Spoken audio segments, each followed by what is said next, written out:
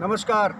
आज हम हैं भू श्रृंगार फाउंडेशन के फाउंडर श्री वीरेश रहेजा जी के साथ, और वीरेश रहेजा जी ने मिलकर, हम सब ने मिलकर एक ऐसा अभियान चलाया है जो भूमि का श्रृंगार करने का काम है। भूमि का श्रृंगार किससे होता है? वृक्षारोपण से होता है, और उसको हरा भरा करने का जो दायित्व है वो हम सब पर है।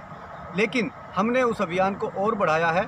भू श्रृंगार अभियान अर्थात भू श्रृंगार पर शोध अनुसंधान करके कैसे हम भूमि का श्रृंगार करें, कैसे हम भूमि को सजाएं, कैसे हम शुद्ध वातावरण बनाएं, इस विषय पर हम चर्चा कर रहे हैं। पेड़ों की कटाई आजकल बहुत हो रही है, जिसके कारण वृक्षारोपण करना अत्यंत अनिवार्य है। हम सब मिलकर वृक्षारोपण करें। मेरा एक अलग से नारा है, प्रति व्यक्ति मतलब कि जो हर व्यक्ति को वृक्ष लगाना चाहिए। तो इसका नारा हमने अलग से बनाया, हर उत्सव एक वृक्ष लगाना हमें ज़रूरी है। और ये हमने एक नारा दिया है, प्रति व्यक्ति प्रति उत्सव हर उत्सव एक वृक्ष। प्रति व्यक्ति हर उत्सव एक वृक्ष। एक वृक्ष हर आदमी को हर उत्सव पर लगाना चाहिए, जिससे कि हमारा वातावरण शुद्ध बना रहे, हमें शुद्ध जल, शुद्ध वायु और शुद्ध आहार मिले। तो ये बहुत ज़रूरी है।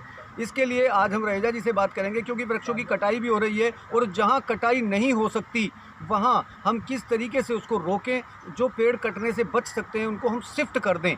इस विषय पर भी हम चर्चा करने जा रहे हैं। हमारे साथ हैं वीरेश रहेजा जी, जो भू श्रृंगार फाउंडेशन के संस्थापक हैं, और इन्होंने बहुत सारे पेड़ों को ट्रांसप्लांट किया, यानी एक जगह से स्थानांतरित किया दूसरी जगह पर। बड़े बड़े पीपल के पेड़, बड़े बड़े जो भी पेड़ होते हैं उनको जिनको बचाया जा सकता है उनको बचाया है। इसलिए आज हम बात कर रहे हैं। वीरेश रहेजा जी, आपका बहुत बहुत स्वागत है हमारे इस कार्यक्रम में। और स्वागत है, और इसके साथ में आपसे हम ये बात करना चाहेंगे कि जो वृक्षारोपण है, हम आज आपके खेत पर बैठे हैं, जंगल में बैठे हैं। इस विषय पर हम इसलिए बात कर रहे हैं कि आप ये बता सकें कि पेड़ों का कटना क्यों ज़रूरी हो रहा है आजकल, क्योंकि रोड हो रहा है, डेवलपमेंट हो रहा है, पेड़ कटते जा रहे हैं, तो उनको शिफ्ट किया जा सकता है। तो आज का हमारा विषय है कि हम पेड़ों को शिफ्ट कर दें, काटने से बचाएं, जितना हो सके उतना ना काटें। बड़े पेड़ कटते हैं, छोटे लग भी जाएं तब भी उनको बड़ा होने में समय लगता है। तो जितनी ऊर्जा, जितनी ऑक्सीजन वो देते हैं, जितना उनका लाभ बड़े पेड़ों का होता है, अगर उनको बचा लिया जाए तो वो वैसा ही मिलता रहेगा। तो ये क्या संभावनाएँ हैं और किस तरीके से आप करते हैं इस काम को? देखिए, इसमें पहले पुराने वक़्त में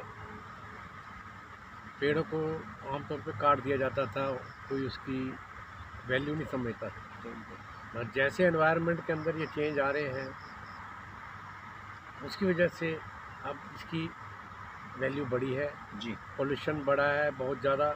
उसको कंट्रोल करने के लिए नेचुरल फार्म में जो कुदरत ने दिया है वो पेड़ ही हैं, जो फोटोसिंथेसिस एक्टिविटीज़ यानी सूरज की रोशनी से क्लोरोफिल जी, क्लोरोप्लास्ट से ये कार्बन डाइऑक्साइड को लेके और उसको कन्वर्ट करते हैं ऑक्सीजन जी, ऑक्सीजन जो है वो एक बेस है जीवन का। जी। इसके बिना कहीं भी जीना प्राणवायु संभव है। नहीं है, प्राणवायु है। जी, अब ये धीरे धीरे देखा जाए तो इसकी डिवैल्यूएशन हो रही है, कम हो रही है। Pollution particle, dust particle, carbon dioxide, carbon monoxide, ऐसे विश्व युक्त जो विषैले पदार्थ जो है नहीं है। जी, इनको सिर्फ कंट्रोल करने के लिए सिर्फ हरियाली ही है। बिल्कुल। हरियाली खेतों से भी है, हम्म, मगर खेतों में फसल 6 महीने होती है। जी, 6 महीने हरियाली होती है, बाकी तो जुताई वगताई के वक्त में तो हरियाली नहीं होती। पेड़ों की सरफेस एरिया ज़्यादा होता है तो नेचुरली उसकी जो oxygen, chlorophyll, chloroplast, photosynthesis activity का जो एरिया है, सरफेस एरिया है लीफ से, जी, वो ज़्यादा है, उससे ऑक्सीजन ज़्यादा बनती है। जी, कुछ स्पीसीज़ है जो ज़्यादा ऑक्सीजन बनाते हैं। हम्म, वैसे आमतौर पे हर पेड़ अपनी वैल्यू का है। जी, किसी में मेडिसिनल वैल्यू भी है, किसी में एनवायरमेंटल है, हर किस्म की है, किसी में फ्लावरिंग है। तो इनको बचाने का जो तरीका आप अपनाते हैं टेक्नोलॉजी के युग में, क्योंकि पहले संभव नहीं था, आज के समय में टेक्नोलॉजी है, तो बड़े पेड़ों का जो आप स्थानांतरण कर देते हैं दूसरी जगह पर, वो किस तरीके से संभव हो पाया, और उसमें कैसे बचा पाते हैं हम उसको? बड़े आजकल संभव इसलिए है जी, कि मशीनरी हो गई है, जेसीबी आ गए हैं, क्रेन्स आ गई हैं, जी, तो ये बड़े पेड़ों को हम उठा सकते, पहले तो मैन पावर होती थी, नहीं उठा सकती थी। जी अब मैंने कुछ पेड़ ऐसे हैं जो 30-40 फुट ऊंचे भी हैं। जी अभी एक शीतला मंदिर में 40-50 फुट ऊंचा पीपल का पेड़ था, जी जी उसको काट के फेंक रहे थे, जी अंदर था बिल्डिंग जी में। डीसी साहब ने बुलाया, अनुराग अग्रवाल थे जी कि जी हम इसको निकालना चाहते हैं। मैंने नहीं निकालो, नहीं इसको शिफ्ट कर देते हैं। तो शिफ्ट किया, अभी भी है जी तो मेरी कैटलॉग में भी फोटो है उसका। तो मुझे एक खुशी मिलती है उसके, जी, पेड़ को बचाने में जो बचाने खुशी से। मिलती है वो कहीं मिल भी नहीं इससे सकती बड़ा- है। इससे ये बहुत बड़ा पुण्य का कार्य है। जी, तो उसको जो टेक्नोलॉजी आई है उसमें कुछ ऐसी चीज़ें भी डालते हैं ताकि वो दोबारा जड़ हाँ, पकड़ ले। उसमें ऐसी ऐसा कौन है, सी ये टेक्नोलॉजी डिपेंड से? करता है, जी स्पीसीज पे डिपेंड करता है पहले तो। जी जो 5 की स्पीसीज हैं वो तो सारे ऑलमोस्ट शिफ्ट हो सकते हैं मेरी जी लैंग्वेज के जी हिसाब से। जी इसके लिए डॉर्मेंट सीजन होता है, जनवरी फरवरी विंटर जी इस बेस्ट पीरियड है। रेनी सीजन में भी कर सकते हैं, हम्म, कुछ स्पीसीज हैं जो रेनी सीजन में होते हैं। जी तो हमें जो रूट जोन जो काटते हैं जी उसको बढ़ाने के लिए और क्रेन की कैपेसिटी के हिसाब से कहाँ ले जाना है, कितनी दूर ले जाना है, उसकी फिजिबिलिटी देख के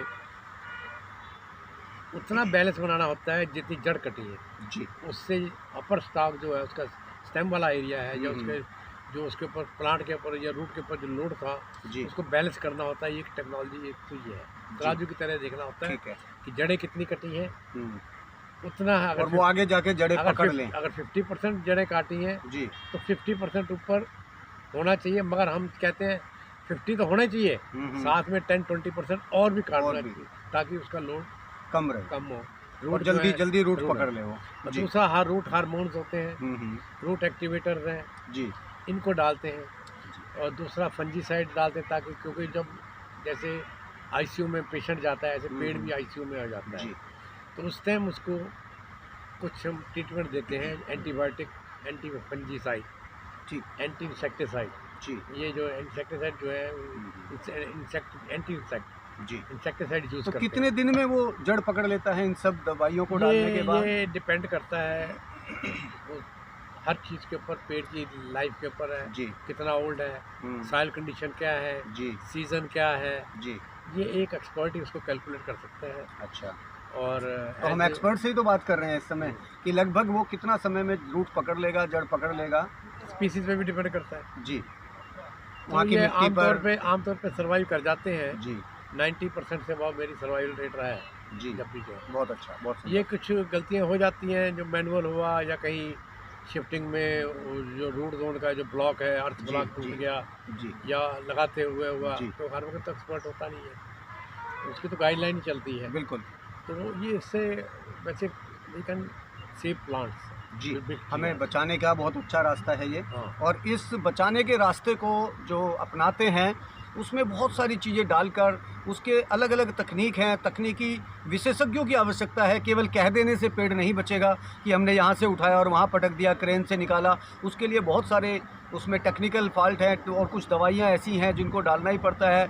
कुछ उस तरह के केमिकल हैं, केमिकल नहीं उनको, मतलब कि रसायन उस तरह के नहीं है जो हानिकारक हों। पेड़ों के लिए बहुत लाभकारी है, जो उसकी जड़ों को जल्दी से पकड़ने में हमें सफलता प्रदान करता है। नेट शेल जी जैसे एक जीव के अंदर या ह्यूमन बीइंग के अंदर जी सर्जरी होती है, ये जी। एक काइंड ऑफ सर्जरी है। जी, पेड़ की सर्जरी सर्जरी की तरह है इस ये। सर्जरी को हमें पहले उस हिसाब से कैलकुलेट करके जी क्या मेडिसिन देनी है, आईसीयू में रखना है, बिल्कुल। नॉर्मल रूम जैसे करते हैं हॉस्पिटल में, जी, एक काइंड ऑफ वैसे ही उसकी करनी है।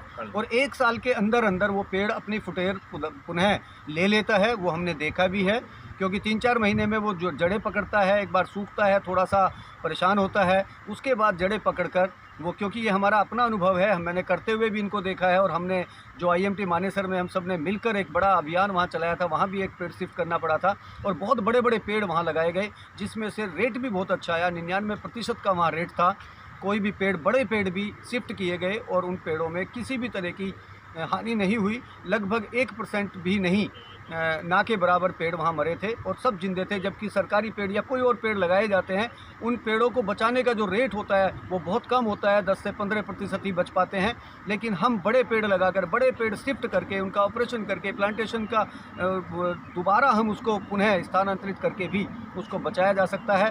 वीरेश रहेजा जी ने ऐसे कई सारे पेड़ बचाए हैं, इसके लिए हम आपका बहुत बहुत आभारी हैं और धन्यवाद। इस प्रकृति पर, इस मानव जाति पर आपका बहुत उपकार है, क्योंकि पेड़ को बचाना सबसे बड़ा कार्य है, सबसे बड़ा पुण्य का कार्य है। आज के लिए बस इतना ही। बहुत बहुत धन्यवाद। नमस्कार। नमस्कार।